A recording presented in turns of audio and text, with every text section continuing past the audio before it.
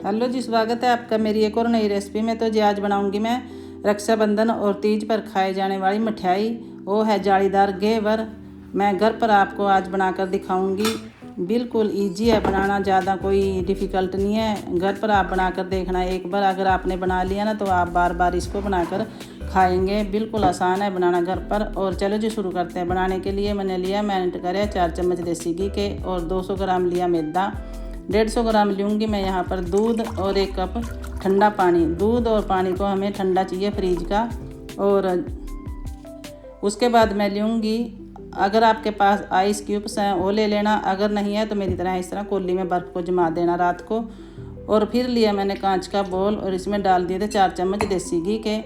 और अब इसको मैं जो बर्फ़ का टुकड़ा था इसमें डालकर इसको इस तरह एक ही साइड में इसको घुमाऊँगी, एक ही डायरेक्शन में, इस तरह जब तक ये घी वाइट नहीं होता।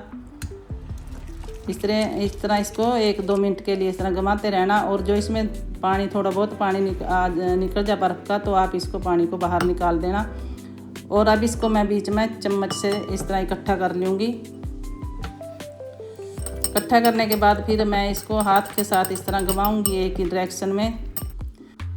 और अब मैं दूध और मैदे को 2 बार में ऐड करूँगी थोड़ा थोड़ा। और फिर इसको मैं इस तरह हाथ के साथ मिला लूँगी सारे को, ताकि इसमें कोई भी लम्स ना पड़े।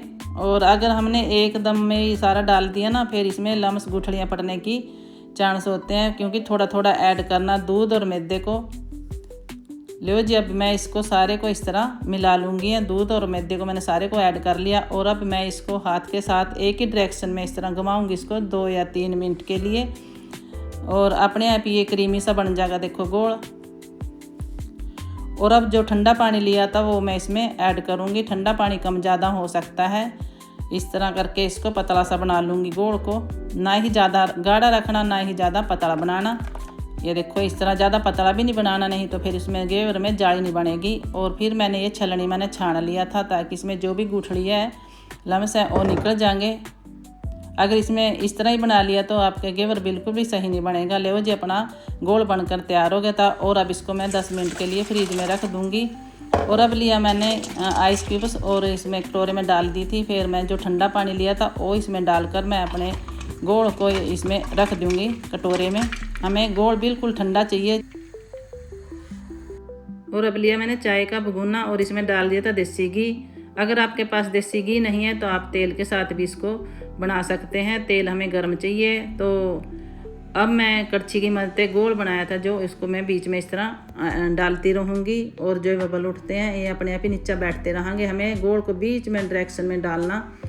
और इसको कम से कम भी 10 से 12 बार इसको इस तरह डालना। इसी से ही इसकी जाली बनती है। जो एक बार में इसको डाल दिया, फिर ये ना सारा गोल नीचा तेल में जाकर बैठ जाएगा। इसको थोड़ा थोड़ा ऐड करना, बस इस तरह डालते रहना और उठा लेना, डालते रहना और ऊपर उठा लेना।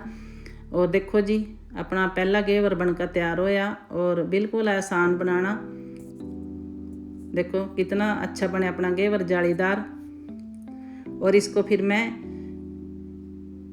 जो आटा छानने वाली छलनी है ना, उसके ऊपर रख लूँगी इसको, ताकि इसमें से जो भी एक्स्ट्रा तेल है वो बाहर निकल जाएगा। देखो ये है मेरा पहला घेवर। और फिर मैंने बनाया दूसरे वाला। बिल्कुल आसान है बनाना। अगर आपकी किसी की भी रेसिपी को देखकर बनाओगे ना, आप उसी की रेसिपी को देखकर बनाना। ये नहीं कहूँगी कि मेरी रेसिपी को देखकर बनाना। अगर आप किसी की आधी रेसिपी किसी की देख ली, आधी किसी की देख ली, तो आपका घेवर बिल्कुल भी सही नहीं बनेगा, क्योंकि इसमें एक एक चीज़ मेजरमेंट के हिसाब से पड़ती है। अगर इसमें कोई भी कम ज़्यादा होगी तो फिर आपका घेवर बिल्कुल भी सही नहीं बनेगा। और ये था मेरा दूसरा घेवर। और रेसिपी आप देखनी है तो मैं ये नहीं कहूँगी कि मेरी रेसिपी को देखकर बनाना। जो भी किसी की आपने रेसिपी देखनी है उसी की रेसिपी को आप देखकर बनाना। ये था तीसरे वाला घेवर। तो ये भी इस तरह बना लूँगी मैं, बीच में इस तरह डालते रहना, इस तरह बनाते रहना। बस बिल्कुल आसान है बनाना। कोई ज़्यादा इसमें कुछ ज़्यादा तकजा करने की ज़रूरत नहीं है। मुझे भी देखने में पहले ऐसे ही लगा था भी बहुत ही डिफ़िकल्ट है बनाना, पर जब मैंने बनाया ना बहुत ही आसान बनकर तैयार हो गए थे। और आप ज़रूर एक बार बनाकर अपने बच्चों को खिलाना, क्योंकि आज का टाइम ऐसा है कि आप जो बाज़ार से लेकर खिलाते हैं ना बच्चों को, बिल्कुल कोई इसमें पता नहीं लगता भी क्या चीज़ इसमें डाल रखा। सारी चीज़ में मिलावट है। आज अपने आप ही घर पर बच्चों को बनाकर खिलाए। तो सही रहेगा। और उसके बाद इसको भी मैं निकाल दूँगी बाहर। और अब बनाऊँगी मैं चाशनी। मैंने लिया 1 कप शुगर और 1 कप डाल दिया था इसमें पानी का, और इसको मैं अच्छे से पका लूँगी जब तक इसकी चाशनी की एक तार नहीं बनती है। देखो इस तरह, और चाशनी बनकर तैयार हो गई थी। और अब बनाऊँगी मैं रबड़ी। मैंने 1 दिन पहला मावा निकाल लिया था और उसको रख दिया था फ्रिज में, तो फिर मैंने इसमें दूध ऐड करके इसकी बना ली थी रबड़ी। अगर आपके पास मिल्क पाउडर है तो आप उसमें दूध में मिलाकर उसकी भी बना सकते हैं। अगर मावे वाला खाना तो आप मावा निकाल लेना, अगर आपको मिल्क पाउडर वाली रबड़ी बनानी तो वो बना लेना। और उसके बाद फिर मैंने इसमें 2 चम्मच शुगर के डाल दिए थे और 1 चम्मच ऐड करा था इसमें इलायची पाउडर। और उसके बाद जो फिर चाशनी बना रखी थी वो कड़छी की मदद से मैंने सारे घेवर पर इस तरह डाल दी थी।